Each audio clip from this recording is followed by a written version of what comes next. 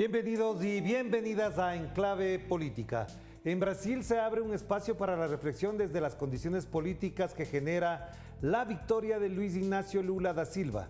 La principal es la reacción del bolsonarismo hasta ahora, con su carga de odio y de venganza por la postura del pueblo brasileño del domingo último. Y por supuesto, lo que pasa en Brasil tiene un eco sonoro en América Latina y por lo visto hasta ahora ha sido tan fuerte que la reacción de mandatarios y líderes de opinión ya habla de integración y retomar espacios como la UNASUR. De todo esto queremos conversar con la politóloga Ana Prestes, a quien le damos la más cordial bienvenida. Qué gusto tenerla por acá, Ana. ¿Cómo está usted? Hola, gracias Orlando, gracias a la audiencia, a Telesur, por la oportunidad de hablar acá sobre Brasil. ¿Y cómo percibe este momento? ¿Cómo se siente en Brasil la victoria de Luiz Inácio Lula da Silva? ¿Hasta dónde el eco de este triunfo se calza y cala en la conciencia de los brasileños?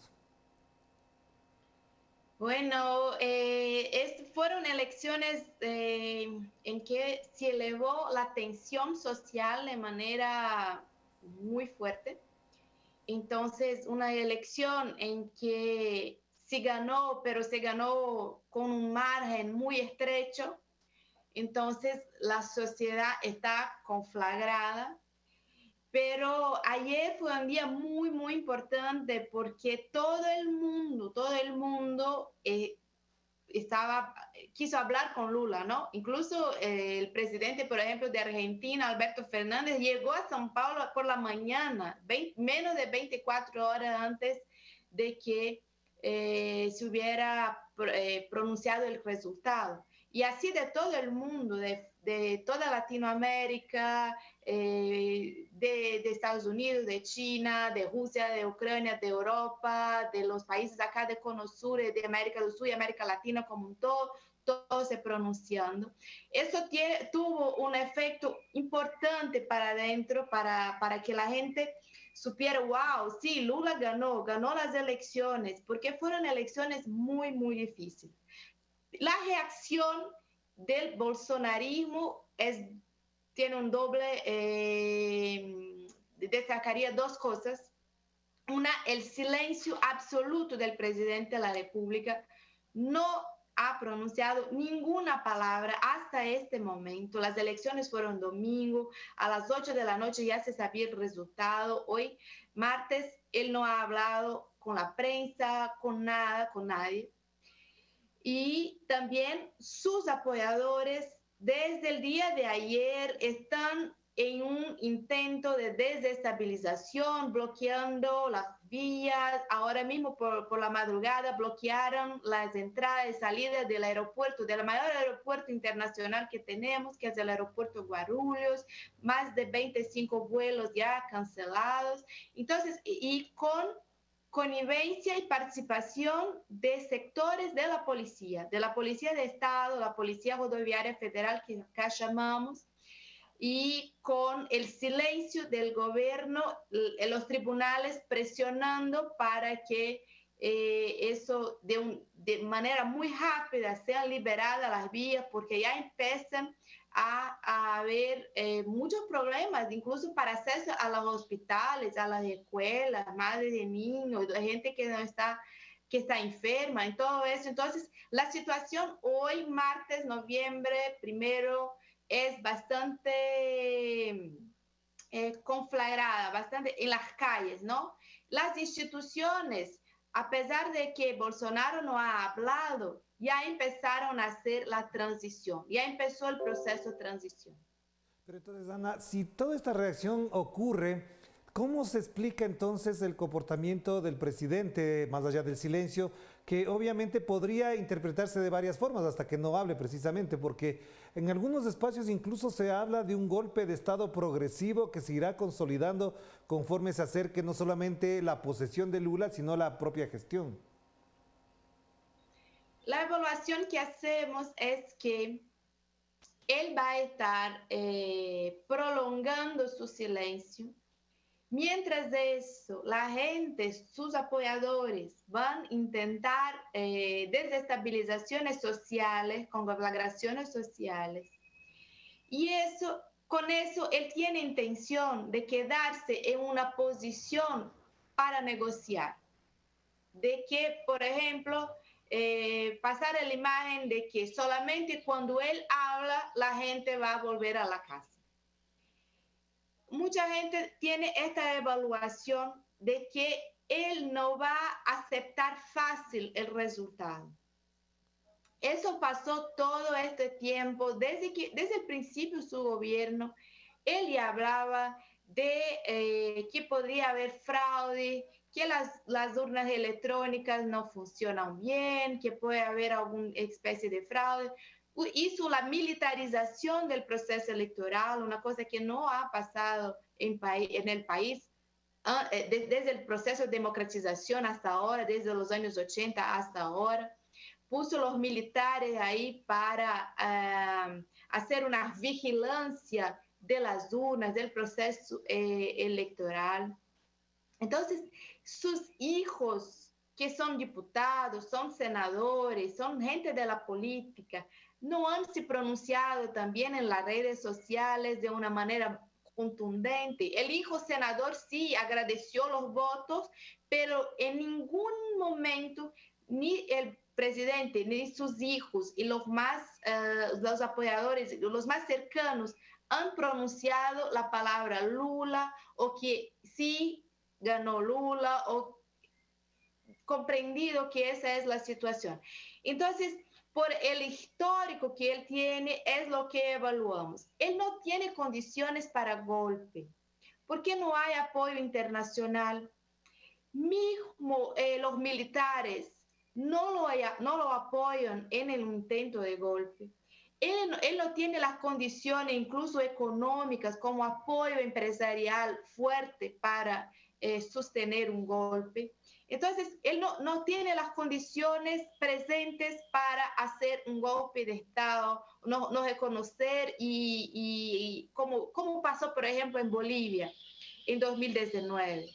No tiene estas condiciones, pero va a intentar alargar este periodo de protestas, de cierre de vías, para estar en posición de que la gente le pida que hable con la gente. Entonces, él va a estar en posición de negociación. Él tiene mucho miedo de que se va encarcelado una vez acabe su mandato, porque tiene sobre él y sus hijos muchos crímenes que pueden llevarlos a un encarcelamiento o una inelegibilidad, o que no sea más posible que sea electo para cargos elegibles por los próximos años. Entonces, si dadas las condiciones de las que hablamos, no se prepara, no se plantea la posibilidad de un golpe, ¿hasta dónde se sostiene y se va a resistir un ataque como el que está sufriendo la ciudadanía con bloqueos y también al mismo tiempo con amenazas desde distintos sectores de no reconocer a Lula como presidente? Una cosa es muy importante. El presidente del Senado ya reconoció a Lula. El presidente de la Cámara de Diputados y Diputadas, la Cámara de Representantes, ya inmediatamente el domingo reconoció a Lula. Todos los tribunales, todo el sistema político, jurídico, la prensa, todos ya reconocieron. Entonces, el margen del Bolsonaro y bolsonarismo es muy estrecho de no reconocimiento, muy, muy estrecho. Aún no hablaron los militares, aún no habló oficialmente el gobierno, pero el margen es muy estrecho. Esa es una cosa.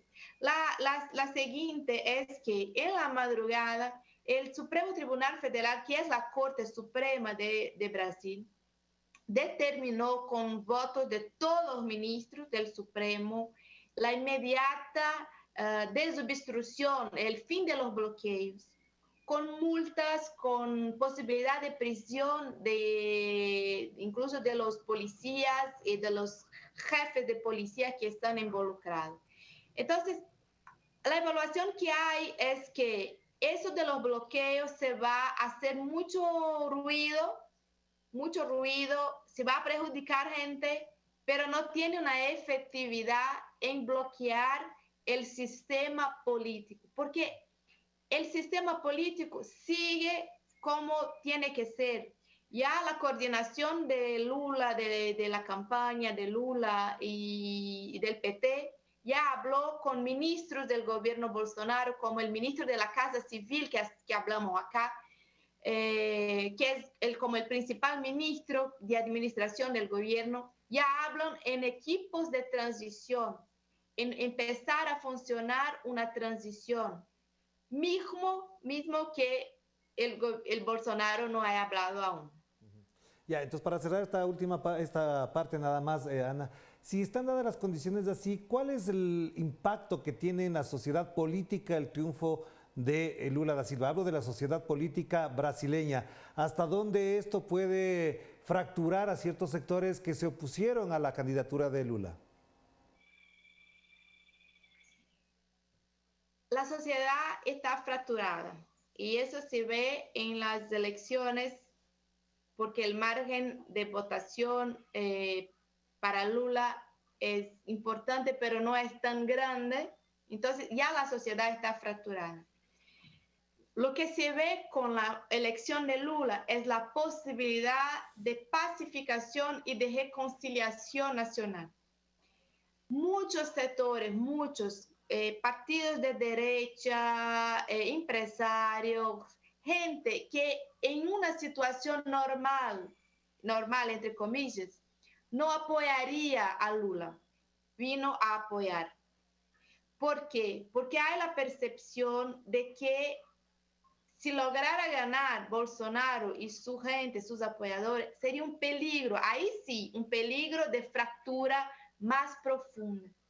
En este momento, lo que uno mira a qué está hablando Lula y los primeros pasos es amplios, son apoyos amplios. Viene gente de muchos matices del espectro político brasileño para ser parte del gobierno. No va a ser un gobierno de la izquierda solamente. Va a ser un gobierno de izquierda, centro e incluso sectores de derecha, porque es un gobierno de reconstrucción nacional, un gobierno de recuperación de la democracia, un gobierno para hacer nuevamente un nuevo pacto nacional de consenso en vuelta de la democracia, de salvar la democracia brasileña. Claro que sí. Hagamos una pausa, Ana, y volvamos sobre lo que acaba de mencionar usted también en la perspectiva de lo que puede ser y debería ser un gobierno de concertación, de unidad y de acabar con el odio también en Brasil. Vamos a la pausa, enseguida volvemos con Ana Prestes, politóloga brasileña, a propósito de lo ocurrido este domingo en ese gran país sudamericano.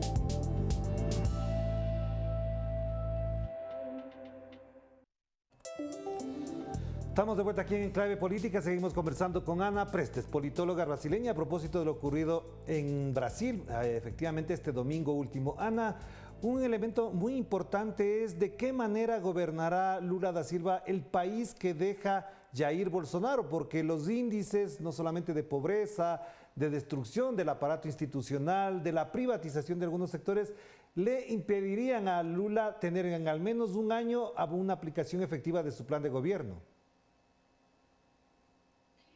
No será fácil, no será un gobierno para nada fácil, porque el nivel de desestructuración del Estado y especialmente de las políticas sociales es profundo. Sí, no será para nada fácil, será un desafío muy grande poner la economía nuevamente en aquecimiento y funcionamiento para su gente. En un momento en que el mundo también está cambiando y pasa por distintos retos, un mundo que tiene una guerra en Europa, y un mundo que tiene la ascensión de China, un mundo que es distinto del mundo que teníamos en los primeros dos gobiernos Lula y también de los gobiernos Dilma. Hay retos muy fuertes con el sector de la industria, de logística, de la infraestructura del país, de de proporcionar trabajo, empleo para la gente. Serán muy desafiantes los próximos meses, incluso porque ya tenemos un presupuesto aprobado para 2023. Entonces el gobierno Lula va a tener que trabajar con el presupuesto que fue delegado por el gobierno que ahora termina, el gobierno de Bolsonaro. Ya. Y siendo así, ¿cuál será la principal tarea que debería ejecutar en los primeros meses y semanas Lula da Silva en la política, en la economía y en lo social al interior de Brasil? La primera, y eso habla Lula, las primeras cosas que vas a hacer es hacer lo que llamamos acá revogación o revogazo, no sé cómo se llamaría eso en español, pero deshacer algunas amarras, algunas leyes, cambiar algunas leyes, una en especial que llamamos la ley de techo, la ley que obliga a que el Estado no financie programas públicos, programas de incentivo, programas a la salud, a la educación, a la ciencia y tecnología.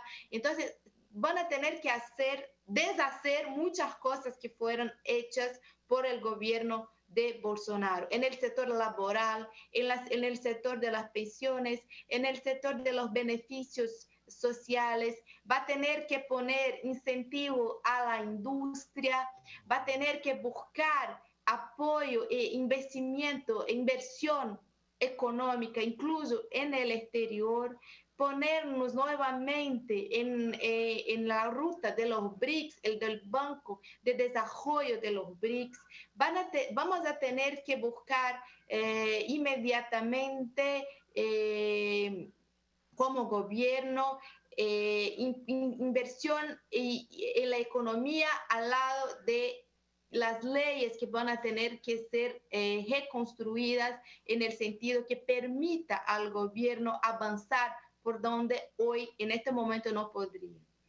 Ya, y entonces lo otro que viene a continuación para el análisis obviamente es el impacto que ha causado la victoria de Lula en América Latina. Efectivamente, lo primero que salta a la vista es los saludos, las felicitaciones de los presidentes y también queda flotando la idea de que solo con Brasil, es decir, solo con Lula se asienta mucho más y con firmeza la idea de retomar la UNASUR. ¿Eso efectivamente sería una de sus prioridades o no?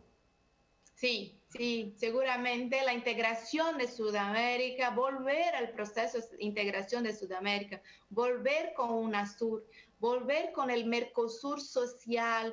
También Lula habló de que buscará hacer nuevamente, dar una mirada al acuerdo Mercosur, Unión Europea, cosas que quedaron muy estancadas en el último periodo. Entonces, eso que hablaron ayer Lula y Fernández, que van a hablar con Lucho Arce, que están hablando va a hablar con Petro, también lo de medio ambiente, los cambios climáticos, eso va a tener mucha fuerza en este principio.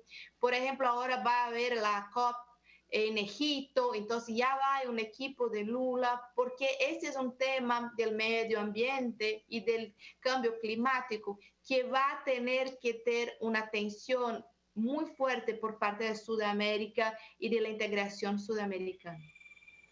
Y en otro elemento clave para este momento es la relación con Estados Unidos, tomando en cuenta la situación que vive Estados Unidos, incluso algunos ya líderes de opinión, medios de comunicación europeos, le llaman a Lula a integrarse en el bloque para respaldar a Ucrania. ¿Hasta dónde esta relación con Estados Unidos podría tener, como lo tuvo, por supuesto, en las dos presidencias de Lula y en la de Dilma, una actitud de mayor autonomía y de mayor respaldo regional a las tesis de América Latina?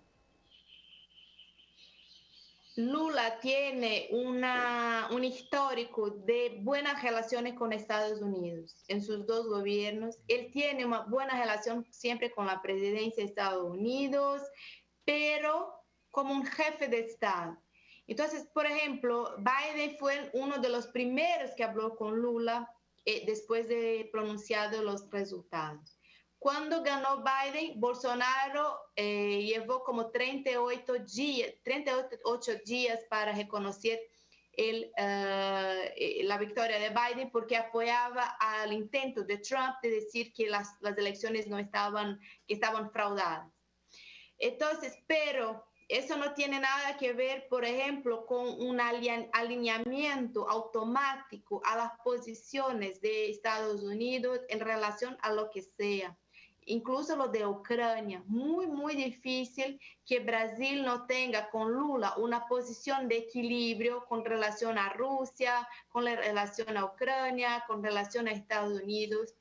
El gobierno de Lula no va a hacer lo que intentan los Estados Unidos, por ejemplo, con el aislamiento de Venezuela. Es claro que cambió. Ahora Estados Unidos también tiene una nueva relación con Venezuela, pero el Brasil con Lula seguirá condenando el bloqueo a Cuba. El Brasil con Lula no va a alinearse a las tesis de Latinoamérica, de Estados Unidos de América, por ejemplo, lo que hacen con la OEA. Eso es un compromiso que Obrador, Fernández, Lula, Petro, todos los nuevos presidentes acá en la América Latina van a poner en la mesa y con Lula participativo en eso, de que cuál es el rol de la OEA en los últimos años, cómo cambiar eso, ¿no?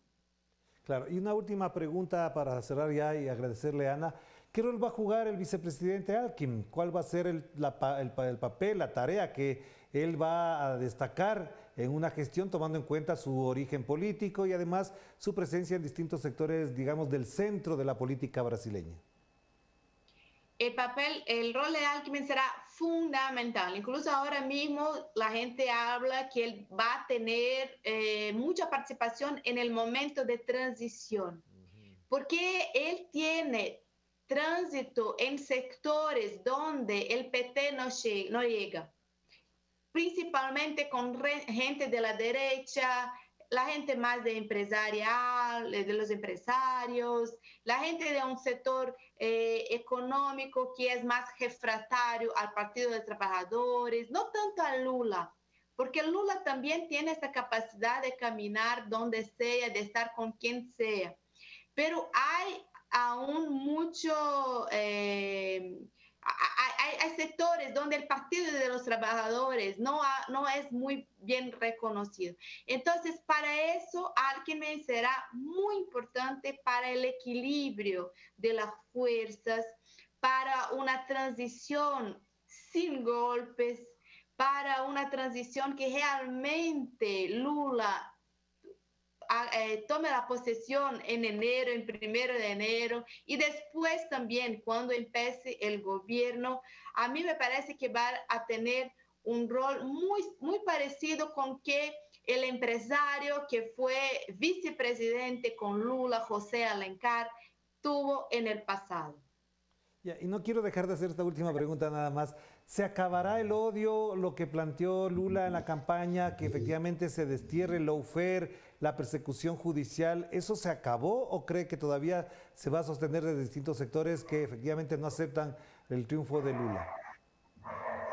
No, desafortunadamente no, y eso puede demorar un tiempo para acabar, porque con las fake news, con la militancia del judiciario y mismo con la prensa comercial, corporativa, que construyó esta condición que hoy vivimos de división en la sociedad, de una demonización del PT, que sería como el socialismo, que la gente no va a poder tener propiedad, que va a liberar el aborto indistintamente, todos esos procesos que vivimos no solo en Brasil, pero también en otros países de América Latina, lo de la identidad de género, que viene con racismo, viene con homofobia, viene con misoginia, todo esta construcción ideológica, ella profundizó entre la gente está muy refén de estos pensamientos. Entonces, eso es un proceso cultural que no será de un día al otro que va a terminar. Claro que sí. Muchísimas gracias, Ana. Muy amable por atender esta invitación y pendientes de lo que ocurre en Brasil. Prestos también a lo que ocurre en estos días con las movilizaciones y bloqueos que mueven los bolsonaristas. Le mando un abrazo. Que esté muy bien. Muchas gracias. Muchas gracias, Orlando, a todos. Muchísimas gracias a la politóloga Ana Prestes a propósito de lo ocurrido este domingo último en Brasil y por supuesto pendientes, como digo, de lo que está pasando en estos momentos en ese país. Cuídense mucho. Chao, chao.